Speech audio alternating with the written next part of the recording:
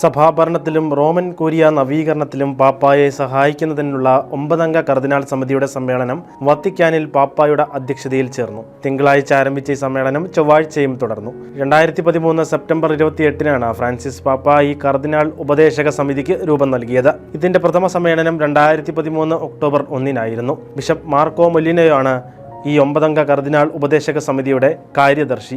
ബോംബെ അതിരൂപത അധ്യക്ഷൻ കർദിനാൾ Oswald gracious ഈ ഉപദേശക സമിതിയിൽ അംഗമാണ്. വത്തിക്കാൻ സംസ്ഥാന കാര്യദർശി കർദിനാൾ പിയത്രോ പരോളിൻ, വത്തിക്കാൻ നഗരത്തിനും ഭരണ കാര്യാലയത്തിനും വേണ്ടിയുള്ള പൊന്തിഫിക്കൽ സമിതിയുടെ അധ്യക്ഷൻ കർദിനാൾ ഫെർണാണ്ടോ വെർഗസ് അൽസാഗ, കോങ്കോയിലെ കിൻഷാസ അതിരൂപതയുടെ ആർച്ച് ബിഷപ്പ് കർദിനാൾ ഫ്രിദോളിൻ അബോങ്കോ ബെസുങ്കു, അമേരിക്കൻ ഐക്യനാടുകളിലെ ബോസ്റ്റൺ അതിരൂപതയുടെ ആർച്ച് ബിഷപ്പ് കർദിനാൾ ഷോൺ പാട്രിക് ഓമലി, സ്പെയിനിലെ ബാർസലോണ അതിരൂപതയുടെ അധ്യക്ഷൻ കർദിനാൾ ഹുവാൻ ഹോസെ ഒമേല, കാനഡയിലെ ക്വെബക് അതിരൂപതയുടെ ആർച്ച് ബിഷപ്പ് കർദിനാൾ ജെറാൾഡ് ലക്രോയ്, ലക്സംബർഗ് ആർച്ച് ബിഷപ്പ് കർദിനാൾ ജോൺ ക്ലോഡ് ഹൊളോറിക്, ബ്രസീലിലെ സാവോ സർവദോർ ദ ബഹിയ അതിരൂപത അധ്യക്ഷൻ കർദിനാൾ സെർജോ ദ റോഷ എന്നിവരാണ് ഇതര അംഗങ്ങൾ.